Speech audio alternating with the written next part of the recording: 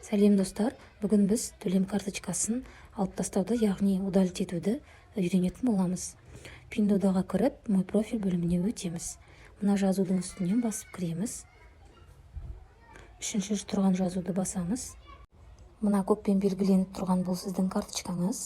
Осының үстінен басып кіреміз. Жоғарғы оң жақтағы тұрған жазуды басамыз.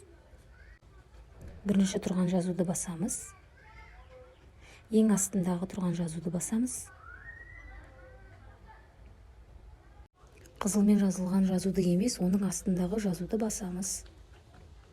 Енді осы жерге төлем карточкаңыздың 6 сандық паролін жазасыз.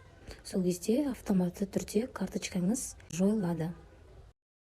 Сабағымыз ұнаса, каналға подписаться етіп, лайк басуды ұмытпаңыз. Алда әлі талай пайдалы ақпараттар шығатын болады.